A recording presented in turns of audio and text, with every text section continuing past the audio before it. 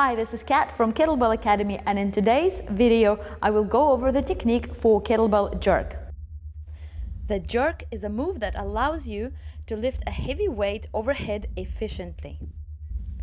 This means that in addition to using your shoulders and triceps, you will be using your legs and back much more than you would in a press or a push press. The jerk is often paired with a clean, which is how you bring the weight into the racking position. Together, they form the chain called clean and jerk. Clean and jerk is one of the most powerful compound lifts you can do with any implement. Kettlebell clean and jerk adds an element of mobility, unilateral loading, and instability that improve posture, shoulder health, and core strength. And since it uses over 600 muscles, Kettlebell Clean and Jerk is also aerobically demanding when performed for multiple reps with moderate or heavy weights. Double Kettlebell Jerk is much more challenging than single bell equivalent due to even higher stabilization and mobility demands. Therefore, I recommend achieving competence with one bell before venturing into double jerks. The jerk consists of the dip, the drive, the catch, and the lockout. And in this video, I'll give you the progression for mastering the jerk piece by piece before linking it all together. Finally, it's important to note that there is a real difference in technique between hardstyle clean and jerk and Garrivoy style long cycle. First, notice the increased buffering with the legs during the clean, and especially the increased backwards lean of the torso during the jerk and the racking position. This technique requires high levels of hip and thoracic mobility in order to execute it without injury. In the meantime, unless you are participating in kettlebell sport or would like to train your endurance in particular, you will not be needing to learn this style of clean and jerk. The first part of mastering the jerk is the push press or the drive. Start with the kettlebell in the rack position. Briefly deep down with your knees and drive the kettlebell overhead, finishing the movement with your tricep. The first dip happens from the knees and is very shallow and fast. Keep your torso vertical and keep your elbow connected with the torso during the dip and the drive. When pressing, keep your shoulder down, thumb pointing backwards and elbow tracking forward and not out to the side. Imagine that you're in a narrow glass corridor, and if you stick your elbow out to the side, you'll break the glass. At the lockout, you will stack the joints. Your wrist, elbow, shoulder, hip, knee, and ankle will all be in one vertical line. If you cannot straighten your arm due to shoulder mobility issues, it is okay to keep your arm slightly forward in front of your ear. It is not okay to bend your arm. The arm slightly forward position is also superior to arching your lower back to compensate for poor shoulder mobility. This both preserves the health of your joints and encourages your body to increase its mobility. If you allow for the bent arm and the bent back, you will be limiting the strength and endurance you can develop and risking injury.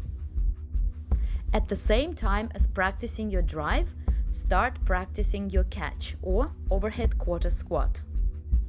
Here, you lock the kettlebell overhead, then perform a mini squat without changing the position of your arm. So this means you keep your elbow and wrist straight and arm close to the ear, keeping your shoulders down and your thumb pointing slightly backwards. As per the rules of the squat, keep your heels down and your torso as vertical as possible. To teach your body to be comfortable in this position, pause at the bottom of each rep, holding the position for a second. Kettlebell jerk is a very fast movement and your body needs to know where it's going. Being comfortable in the end position of the jerk, which is the overhead quarter squat, will allow your body to move faster. In step 3, we will link push press and overhead squat.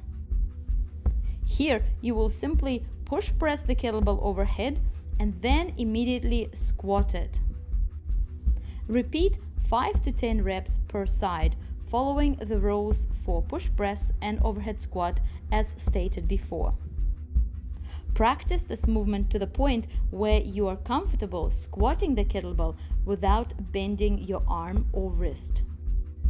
This will ensure shoulder stability and health when you have to arrive at this position fast during the jerk. Finally, we practice the jerk. Here you will simply perform the push press and the overhead squat, but you will merge the two moves together. At the same time as locking out the arm, you will drop into the squat so that as you hit the bottom of the squat, your arm locks out.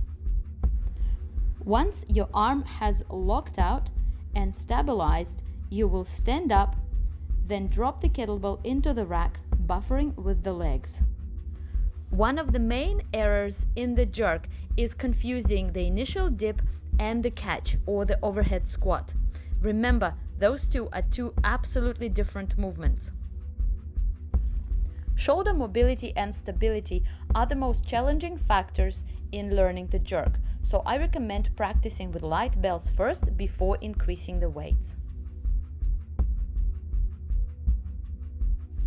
Once you have mastered the jerk, you can link it into the chain, one arm clean and jerk.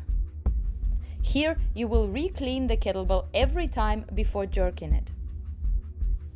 For correct clean technique, check out our clean tutorial video. Once you became proficient with the singles, it's time to try the double jerk. The progression follows the same format. You begin with double push press. Note that double kettlebells require much more shoulder and thoracic mobility to be locked overhead properly and comfortably. Then proceed to double overhead quarter squat. Here, the mobility requirements for your shoulders and thoracic are even higher. Combine the double push press and the overhead quarter squat. Most people will stay at this stage for a few months to a few years before progressing to double kettlebell jerk. Once you have built up the strength, mobility, and coordination, you will progress to double jerk. How much weight you can jerk depends almost entirely on your double overhead squat.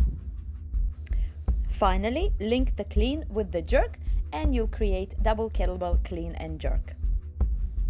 Depending on your body size, you might be moving your feet out wider for the clean and in narrower for the jerk. Personally, I use the step method when working with heavy bells or competition style bells for Gearvoy sport practice. For your practice of double clean and jerk, try this workout. Perform 5 reps of double clean and jerk, immediately followed by 5 reps of double swings.